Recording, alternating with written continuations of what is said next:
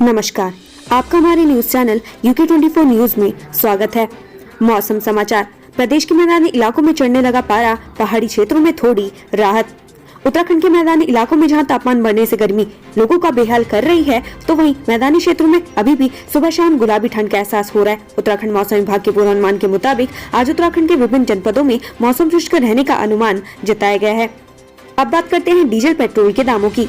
देहरादून में बढ़े पेट्रोल और डीजल के दाम, जानिए कितनी रही कीमतें।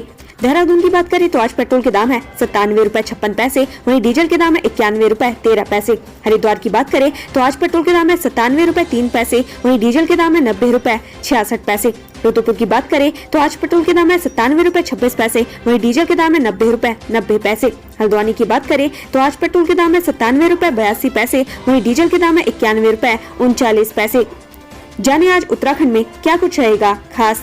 भारत बंद। केंद्र श्रमिक संगठनों ने सरकार की कामगार, किसान और जन विरोधी नीतियों के विरोध में आज भी देशव्यापी हड़ताल रहेगी।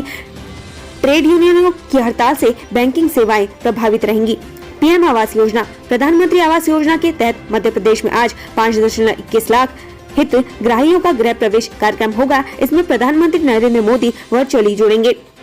उत्तराखंड विस सत्र। उत्तराखंड की 5वीं विधानसभा की पहला सत्र शुरू आज से होगा। सत्र में सरकार नए वित्तीय वर्ष से शुरुआती 4 महीनों के लिए लेखानुदान लाने जा रही है। वसंतोत्सव मेले का विरोध। उत्तरकाशी पालिका प्रशासन की ओर प्रस्तावित वसंतोत्सव मेले के विरोध स्वरूप आज स्थानीय व्यापारी प्रदर्शन करेंगे। ताज महोत्सव का अंतिम दिन। यूपी के ताज नगरी आगरा के शिल्पग्राम में चल रहे अंतर्राष्ट्रीय ताज महोत्सव आज संपन्न होगा। इस बार ताज महोत्सव की थीम आजादी के अमृत महोत्सव के रंग संग ताज महोत्सव के रंग रही। आजादी के अमृत महोत्सव के संग ताज महोत्सव के रंग रही।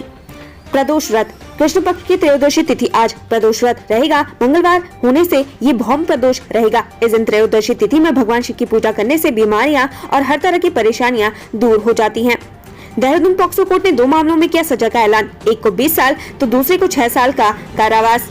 विशेष पॉक्सो अदालत से सोमवार को 2 मामलों में दोषी ठहराए गए अभियुक्तों को सजा का ऐलान किया गया है। पहले मामले में 5 साल की बच्ची के साथ दुष्कर्म आरोपी को तमाम सबूतों और गवाहों के आधार पर दोषी करार देकर 20 साल की कठोर सजा सुनाई गई है। इतना ही नहीं, देहरादून पॉक्सो विशेष न्यायाधीश मीना देवपा की अदालत ने दोषी ठहराए गए सुराज थापा उर्फ सनी पर 50,000 रुपए का जुर्माना भी लगाया है।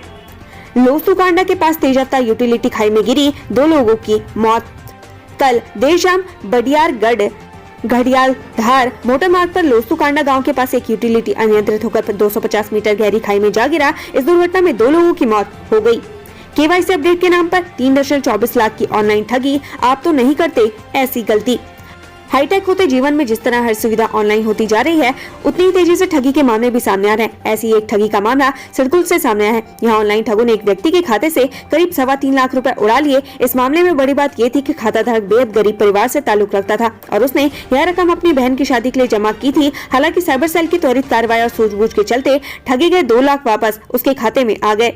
आक्रोशित हुए संयुक्त अस्पताल से हटाए जाने वाले आउटसोर्स कर्मी शुरू किया कार्य बहिष्कार। संयुक्त अस्पताल में कल 28 मार्च आउटसोर्स कर्मियों ने कार्य बहिष्कार करना शुरू कर दिया। कर्मचारी इस बात से खफा है कि उन्हें 31 मार्च के बाद से हटा दिया जाएगा। गुस्साए कर्मचारियों ने अस्पताल प्रबंधन और राज्य सरकार के विरोध में जमकर नारेबाजी की। कर्मियों ने चेतावनी दी, अगर उन्हें हटाया जाता है तो वे भूख हड़ताल पर बैठ जाएंगे। ऐश्वर्या ने जीता मिस उत्तराखंड 2022 का खिताब। कुछ ऐसी रही शाम। सिनमेट कम्युनिकेशंस की ओर से आयोजित मिस उत्तराखंड 2022 खिताब ऐश्वर्या के नाम रहा। वहीं first runner up Himani, second Mansi Grewal रही। आत्महत्या का मामला। पुलिस ने पत्नी और सास ससुर के खिलाफ मुकदमा दर्ज किया। उत्तराखंड के हरिद्वार जिले में पुलिस ने पति की आत्महत्या के मामले में पत्नी और सास ससुर पर मुकदमा दर्ज किया है। ये पूरा मामला पतरी थाना क्षेत्र का है। हालांकि अभी तक इस मामले में किसी की भी गिरफ्तारी नहीं हुई।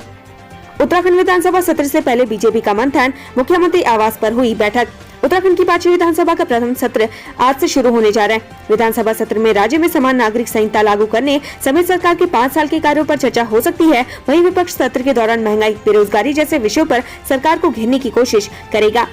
गायत्री परिवार से 44 लाख की धोखाधड़ी, 18 लोगों के खिलाफ मुकदमा दर्ज। उत्तराखंड में गायत्री परिवार ट्रस्ट के साथ लाखों रुपए की धोखाधड़ी का मामला सामने आया है। इस मामले में 18 लोगों के खिलाफ देहरादून जिले के रायवाला थाना क्षेत्र में मामला दर्ज कराया गया है। हाईकोर्ट में पूर्व स्पीकर के खिलाफ दायर याचिका पर सुनवाई। चुनाव में राहत कोष से पैसे बांटने का मामला। उत्तराखंड हाईकोर्ट ने सोमवार को ऋषिकेश से बीजेपी विधायक प्रेमचंद और पूर्व विधानसभा स्पीकर प्रेमचंद अग्रवाल के खिलाफ आचार संहिता के दौरान विवेकाधीन राहत कोष से जनता को पैसे बांटने के मामले में सुनवाई की। हरिद्वार में अतिक्रमण के खिलाफ चला पीला पंजा। कांग्रेस बोली हार का बदला ले रहे स्वामी यतीश्वरानंद। हरिद्वार में पुलिस प्रशासन, नगर निगम और जिला पंचायत की संयुक्त टीम ने अलग अलग इलाकों में अतिक्रमण के खिलाफ अभियान चलाया। मुख्य बाजार में पुलिस चारधाम यात्रा को ध्यान में रखते हुए ये कार्रवाई कर रही है। टिकट बंटवारा आरोप पर बोले पूर्व मंत्री, कांग्रेस में कोई नियंत्रण नहीं, उत्तराखंड बन रहा टिकट नीलामी प्रदेश। उत्तराखंड विधानसभा चुनाव में कांग्रेस के वरिष्ठ नेताओं पर टिकट बेचने का आरोप लगे हैं। अब इस मामले में कांग्रेस के पूर्व मंत्री हीरा सिंह बिष्ट ने कहा कि अगर ऐसा ही चलता रहा तो उत्तराखंड केवल टिकट नीलाम करने वाला राज्य बन जाएगा। हीरा सिंह बिष्ट ने कहा कि जिस तरह प्रदेश में कहीं पैसे तो कहीं जमीनों के सौदे करके टिकट दिए जाने की खबरें, उससे कांग्रेस की छवि को बेहद नुकसान पहुँचा है। मैक्स वाहन गहरी खाई में गिरा, महिला ने मौके पर ही तोड़ा दम, 3 घायल। उत्तराखंड के पिथौरागढ़ में मैक्स सवार 4 लोग सड़क हादसे का शिकार हो गए। इस हादसे में एक महिला की मौके पर ही मौत हो गई, जबकि 3 लोग गंभीर रूप से घायल हो गए थे। घायलों में गंभीर एक व्यक्ति को हायर सेंटर रेफर कर दिया गया है। कूड़ा प्रबंधन और संपत्ति कर को लिंक करने वाली पहली नगर पालिका बनी मुनिकीरेती। बोर्ड बैठक में प्रस्ताव पास। टिहरी जिले की मुनिकीरेती नगर पालिका ने सोमवार को बोर्ड बैठक में बड़ा निर्णय लिया है। बोर्ड में कूड़ा प्रबंधन एवं संपत्ति कर को लिंक करने का प्रस्ताव पास किया गया। मुनिकीरेती नगर पालिका ऐसा करने वाली प्रदेश की पहली नगर पालिका है। एफआरआई को मिली दूसरी नियमित निदेशक डॉक्टर रेणु सिंह ने संभाली जिम्मेदारी। डॉक्टर रेणु सिंह को एफआरआई का नियमित निदेशक बना दिया गया है। उन्होंने आज पदभार ग्रहण कर लिया। वे एफआरआई की दूसरी नियमित निदेशक है। डॉक्टर रेणु सिंह मध्य प्रदेश कैडर से 1990 बैच की भारतीय वन सेवा अधिकारी है। उत्तराखंड विधानसभा का पहला सत्र आज से शुरू। राज्यपाल के अभिभाषण के बाद सरकार पेश करेगी लेखानुदान।